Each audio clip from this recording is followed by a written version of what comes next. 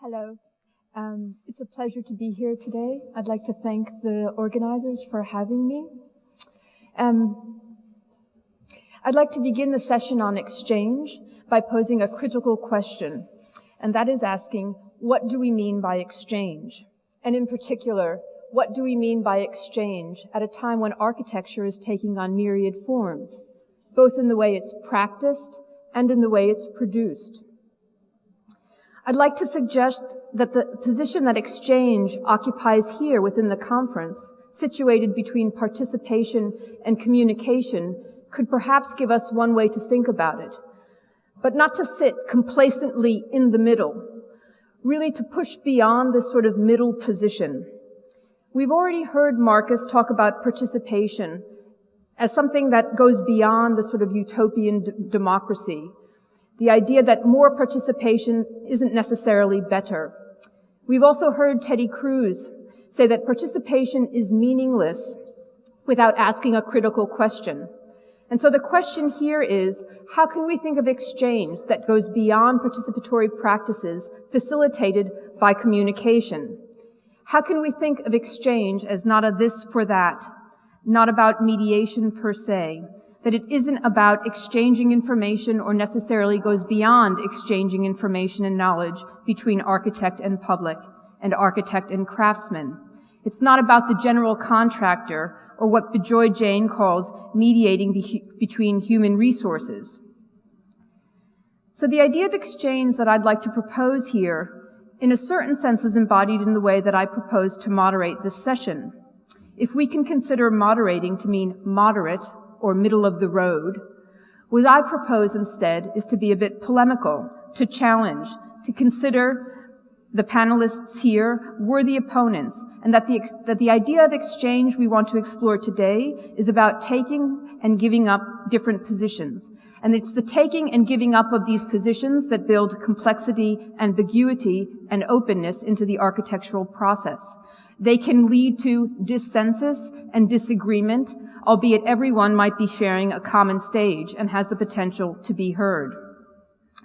I'd like to suggest that this idea of exchange is also part of the curatorial process, that the curator is, as Teddy Cruz suggested today and again at dinner last night, someone who facilitates or even accompanies a process, albeit that process might sometimes reside in dissensus. Today, our three protagonists include Bijoy Jain, Daniel Dendra, and Greta Kvenesland. Each of them occupies a different position within the practice of architecture.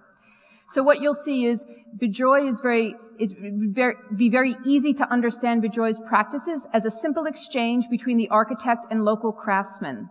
I'd like to challenge you to think beyond that. I'd like to challenge you and also him to explain to us how his practice and processes open up an exchange that builds complexity into architecture, that opens up the potential for architecture, to have architecture be something that is past, present, and future, that embodies a sort of latent potential in which authorship resides in not a sort of controlling hand, but a sort of discomfort of the process. We'll hear from Daniel Dendra, founder of Another Architect. He began a platform called Open SimSim this year at the Venice Biennale. Open SimSim is based on the idea of open sesame from Alibaba. It's a play on the opening door or the opening lid of the treasure chest, but it's also a play on the open practice of architecture. What he wants to facilitate are open platforms and open source architecture. I question whether it's feasible. He relies heavily on technology. I would question, when is technology too much? How does he begin to limit different processes of publicness to inform how architecture is produced? How can open source architecture be a tremendous generator of ideas? And then how do we eventually facilitate those ideas to actually be produced within our environment? He'll talk to us about different challenges that he's encountered working in Japan, for example, with Open Japan after the tsunami. Then there's Greta Kvenesland, who was instrumental in the Norwegian Wood Project. She is also the project manager for development in the municipality of Stavanger. She's employed by the municipality it would be easy for us to see her position as one of exchange between legal entities, between developers, architects. But I'd like to challenge you to think about her ideas of exchange as those of economies. When does the commercialism of architecture enter into the process? How do we establish value, both economic value and cultural value? She would propose that right now, there isn't a process of exchange going on. What there are concurrent practices. So again, how does someone in her position begin to facilitate these ideas of exchange?